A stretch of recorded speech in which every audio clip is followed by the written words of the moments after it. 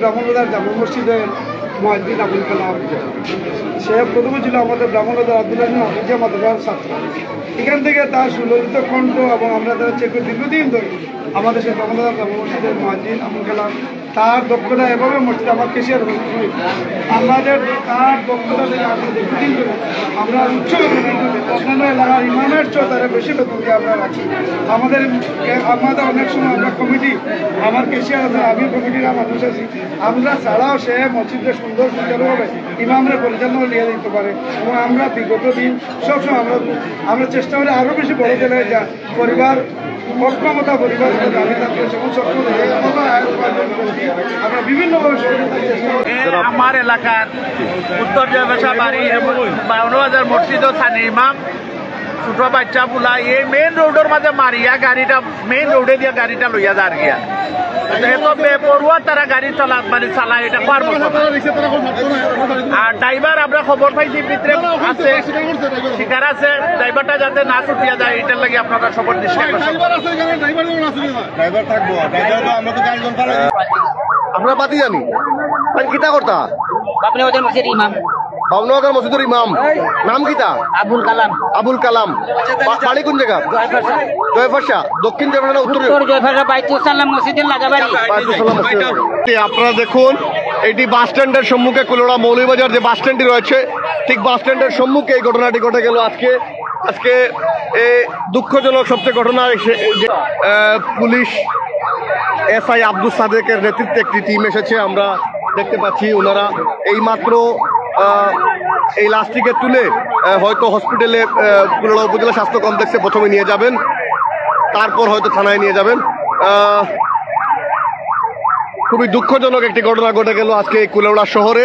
প্রত্যক্ষদর্শী এই দক্ষিণ বাজারের বাসিন্দা হাজী ইয়াকুব আলী বিল্ডিং এ যিনি দায়িত্বরত রয়েছেন আমাদের, আমরা ওনার কাছ থেকে একটু জানবো যে আপনি প্রত্যক্ষ ছিলেন, একটু বলবেন। উনি শুধু মোটরসাইকেলে উনি পাড়ি নিছে আর উনি চলে পড়ে যাবে। কোন কারণে এইদিকে দাম এইদিকেও দাম যানজটের কারণে খুব স্পিডে যাচ্ছে তোমার গাড়ি। কোনটা?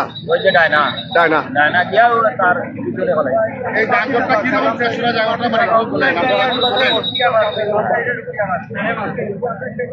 এখানে প্রত্যক্ষদর্শী যারা বলছিলেন তারা বলছেন যে উনি কিন্তু যাচ্ছিলেন উনার পথে উনার গতিতে, কিন্তু ট্রাকটি বেপরোয়া ভাবে বামে চাপিয়ে দিয়ে তাকে সাথে সাথে এই জায়গায় আহত করে এবং এই যে স্পট ডেড হয়ে যান ওইখানে কুলাউড়া ফায়ার সার্ভিসের ঠিক সম্মুখে।